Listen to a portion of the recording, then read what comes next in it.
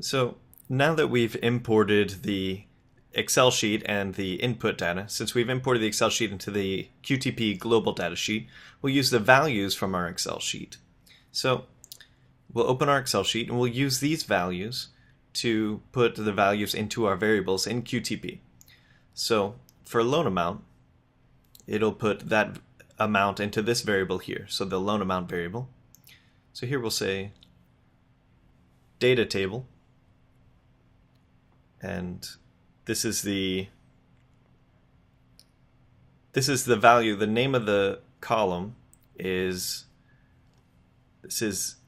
loan amount. So we'll say data table, loan amount, and then we put a comma, and then we'll say DT global sheet. So that means, and then close the brackets. So that means that it will import the loan amount values into the QTP global sheet, and then from the global sheet, you will take the value from the DT global sheet. You take this value, this loan amount value, and you'll put it into this variable, which is the variable called loan amount. Okay? I hope it's clear where the path that all of this information is going through. So we'll do the same thing for the other variables. Now for loan term, the column name is loan term. So no underscore, just loan space term. So we'll use that. So the column name is loan term. And then the column name for the interest rate is interest rate. Interest rate. Space rate. Okay. Now we have our data, our input data, coming directly from this Excel sheet. Let's close this Excel sheet. And let's also close the browser. And let's try to run this. So as you can see, we don't have any data within this code.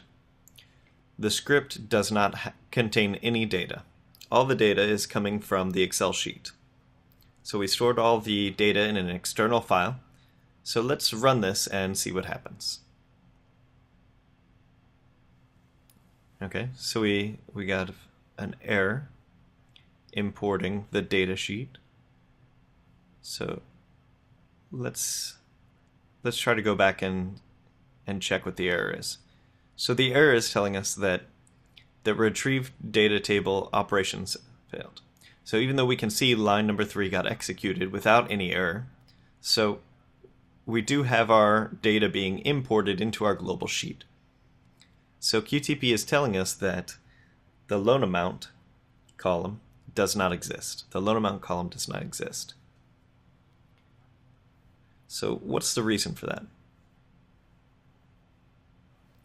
We saw that in our Excel sheet, the column name is loan amount. There is no underscore or anything else.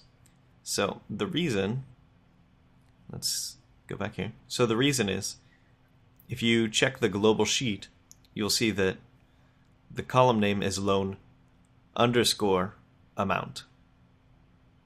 Okay? Underscore amount.